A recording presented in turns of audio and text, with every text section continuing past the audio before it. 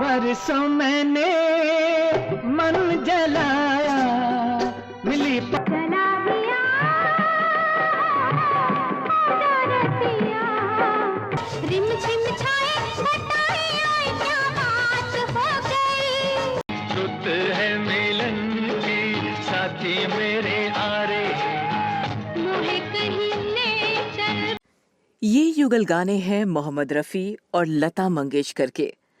कभी रॉयल्टी के मुद्दे पर मोहम्मद रफ़ी और लता मंगेशकर के बीच जंग छिड़ गई थी और ये जंग लगभग 2-2.5 साल तक चली थी। जंग के बाद दोनों के बीच सुलह हो गई थी। फिरा जा मेरे साथी, दिल पुकारे सुलह के बाद दोनों ने मिलकर जो पहला गाना गाया था उसके बारे में सभी जानते हैं। लेकिन क्या आपको मालूम है कि जंग का बिगुल बजने के पहले वो अंतिम गाना कौन था जिसे दोनों ने आखिरी बार मिलकर साथ गाया था? नहीं मालूम? तो चलिए हम आपको बताते हैं कि कौन था वो गाना। आप बस कीजिए थोड़ा इंतजार और देखते रहिए ब्लैक एंड व्हाइट।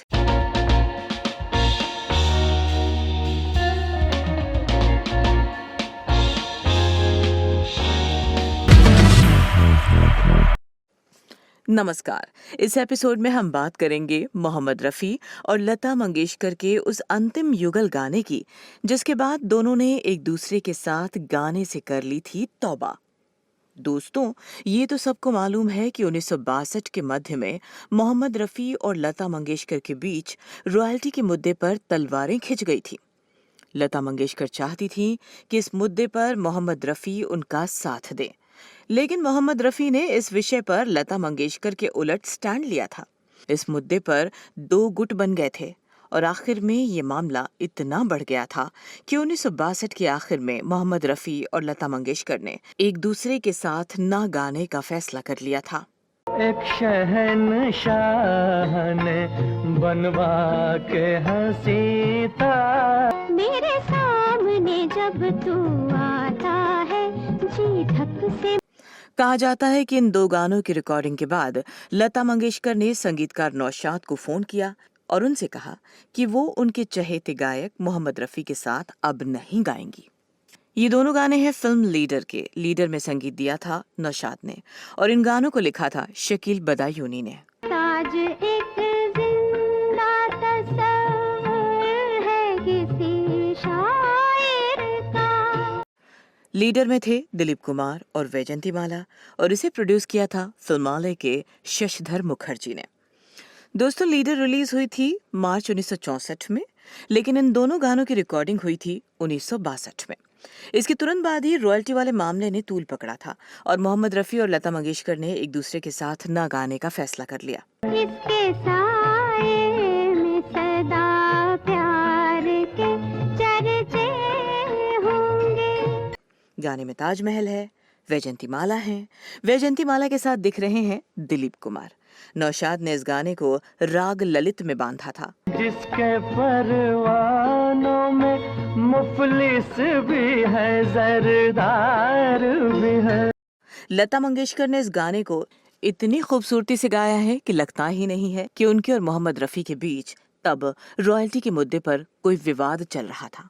इसका अफसाना हकीकत के सिवा कुछ भी नहीं। ताजमहल के साए में गाया ये गाना हिंदी सिनेमा के इतिहास में सुनहरे पन्नों में दर्ज हो गया है। आज तकदीर ने ये रात सुहा। मोहम्मद रफ़ी और लता मंगेशकर का लीडर का दूसरा गाना है ये। तेरे हुस्न की क्या तारीफ करूं, कुछ कहते हो।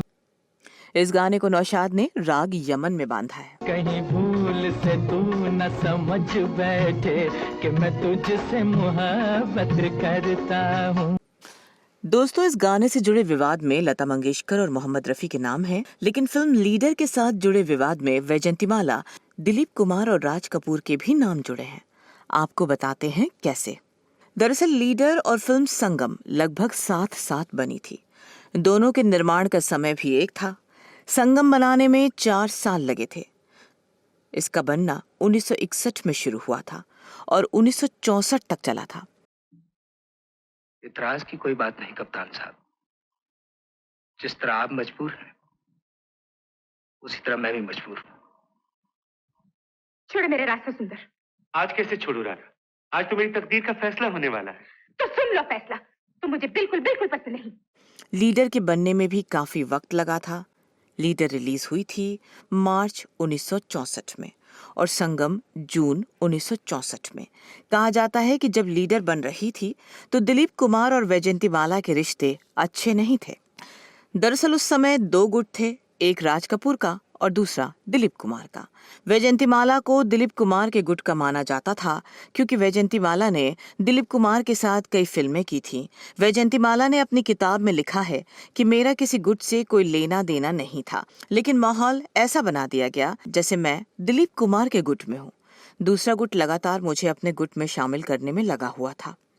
दरअसल वैजयंतीमाला को लेकर दिलीप कुमार और राज कपूर के गुट के बीच विवाद इसलिए शुरू हुआ था क्योंकि लीडर और संगम के लिए वैजयंतीमाला के डेट्स क्लैश करते थे और राज कपूर और लीडर को प्रोड्यूस करने वाले फिल्माले के बीच वैजयंतीमाला के डेट्स के लिए रसाकशी होती थी। लीडर के बाद वैजयंतीमाला ने फिल्म राम और श्याम साइन की थी, लेकिन वैजयंतीमाला को लेकर दोनों गुटों के बीच विवाद इतना बढ़ा कि राम और श्याम से वैजयंतीमाला को हटाकर वहीदा रहमान को ले लिया गया। कहा जाता है कि जब वैजयंतीमाला को इसके बारे में पता चला तो वो इस मुद्दे को लेकर कोर्ट चली गईं, क्योंकि वैजयंतीमाला ने इस फिल्म के लिए 8 दिनों की शूटिंग की थी। कोर्ट ने राम और श्याम पर स्टे लगा दिया। राम और श्याम की शूटिंग रुक गई। कहा जाता है कि इसके बाद राम और श्याम के प्रोड्यूसर के प्रतिनिधि दौड़ते हुए वैजयंतीमाला के पास आए और उनके पैरों पर गिरकर केस वापस लेने की गुहार लगाई। वैजयंतीमाला ने केस वापस ले लिया। वैजयंतीमाला ने जितने दिन राम और श्याम के लिए काम किया था उन्हें उतने दिन का मेहनताना दिया गया। राम और श्याम में दिलीप कुमार के साथ वैजयंतीमाला ने नहीं बल्कि वहीदा रहमान ने काम किया।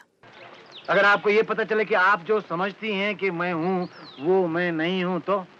हाँ, हमें सब पता है। हम जो समझते थे कि आप हैं वो आप नहीं हैं। And thank God for it. कहाँ वो दूध की प्याली हाथ में लिए कर रहे थे। मोहम्मद रफी ने राम और श्याम में गाकर इस फिल्म को कहां से कहां पहुंचा दिया। अब तेरी राह से बेगाना चला जा।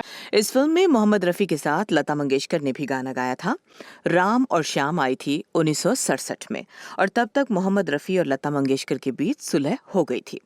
आज की रात मेरे दिल की सलामी।